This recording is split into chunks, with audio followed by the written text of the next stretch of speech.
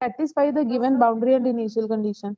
अब हमें डिस्प्लेसमेंट या फिर डिफ्लेक्शन निकालनी है एक वाइब्रेटिंग स्ट्रिंग की। वो स्ट्रिंग कैसा है जिसकी लेंथ कितनी है a और उसके एंड हमने फिक्स किया हुआ है। यहाँ पे एफ एक्स हमारे पास इनिशियल डिस्प्लेसमेंट है और जी एक्स हमारे पास इनिशियल वेलोसिटी।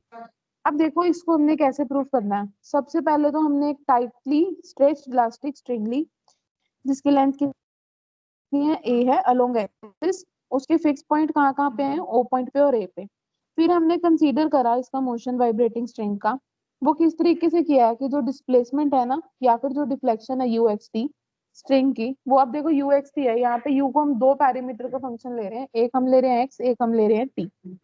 तो हमने यहाँ पे क्या कंसीडर करा, वन डायमेंशन वेव इक्वेशन। वो आपको बताई थी कि डायमेंशन वेव इक्वेशन होती है तो दोनों तरफ सेकंड ऑर्डर डेरिवेटिव लेते हैं। यहाँ पे एक्स कहाँ से कहाँ वेरी करेगा, 0 to a, और टी कितना होगा, ग्रेटर देन 0। फिगर में भी देखो हमने यही कंसीडर करा। पहले हमने ओ ए ले लिया। अब इसकी डिस्प्लेसमेंट हो रही है लॉन्ग एक्स एक्सिस, तो हमने इसको क्या नाम दिया, यू एक्स टी। और यहाँ पे डिस्टेंस हमने कितना, अब देखो यहाँ बाउंड्री कंडीशन क्या ले रहे हैं कि 0 टी पे और 8 टी पे, दोनों पे यू की वैल्यू कितनी होनी चाहिए, 0। ये हमारी बाउंड्री कंडीशन है, 2 पॉइंट पे ले रहे हैं। इनिशियल हम 1 पॉइंट पे दो कंसीडर कर रहे हैं, एक ले रहे हैं u x comma 0 f x, ये भी for x varying from 0 to a। दूसरी हम ले रहे हैं कि u का जब हम t के रिस्पेक्ट में डेरिवेटिव करेंगे तो वो कितना हो जाएगा, gx। फिर से देखो हमने फर्स्ट इक्वेशन ली, फर्स्ट इक्वेशन इस फॉर्म की है, u x t is equal to x के। अब देखो यहाँ पे जैसे पिछले लास्ट आर्टिकल में करा, u x t कितना है, x हमारे पास x का पैरामीटर है, t t का है। तो हमने क्या करना है, इसको फर्स्ट इक्वेशन में पुट कर देना है। फर्स्ट में हम क्या करेंगे, फर्स्ट इक्वेशन हमारी देखो ये थी, curl square u by x square is equal to 1/c² curl square u by t square. अब जब आप इसको x के रिस्पेक्ट में इस इक्वेशन को डिफरेंशिएट करोगे तो t तो कॉमन ही रहेगा ना, तो t को हमने कॉमन रहने दिया, x का डबल डेरिवेटिव। फिर 1/c² कॉमन लेने दिया। जब t के रिस्पेक्ट में करोगे तो x कांस्टेंट चलेगा, t का 2 बार डेरिवेटिव होगा, ठीक है। देन हमने x वाले एक तरफ करे, t वाले एक तरफ। अब देखो ये दोनों अलग अलग साइड हैं, ये इक्वल कब होंगी, जब ये किसी कांस्टेंट की इक्वल होंगी। तो हमने वो कांस्टेंट सपोज कर लिया k, तो ये पार्ट भी k के इक्वल, ये पार्ट भी k के इक्वल। यहाँ से देखो ये हो गया D square x by D x square minus के एक्स, ये हो गया D square T D T square minus के सी स्क्वायर। अब यहाँ कंडीशन क्या है, या तो ये के पॉजिटिव है तो के को हमने क्या मान लिया, पी स्क्वायर, मतलब D square x by D x square minus p square x 0।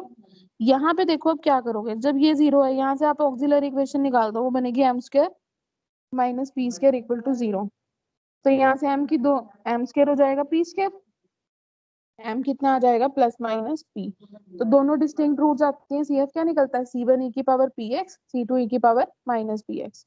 Same way में टी के लिए निकालेंगे तो टी की टर्म्स में आ जाएगा, दो फंक्शन आ गया आपके पास।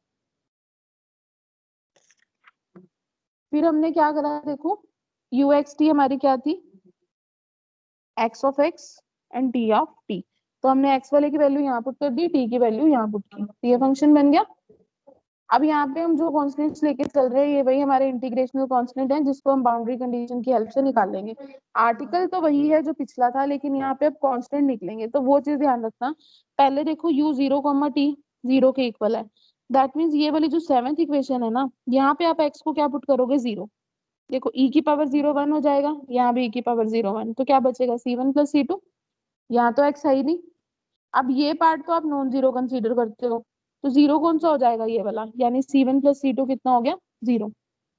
यहाँ से c2 कितना आ गया, माइनस ऑफ c1। अब ये तो एक पार्ट खत्म हो गया। उसके बाद दूसरी कंडीशन क्या थी, ये a कॉमा टी भी 0 है, दैट मीन्स x की जगह ये रखेंगे। फिर से ये पार्ट 0, यहाँ से देखो c2 की जगह माइनस c1 रख दिया, ये दो कंडीशन बन गई।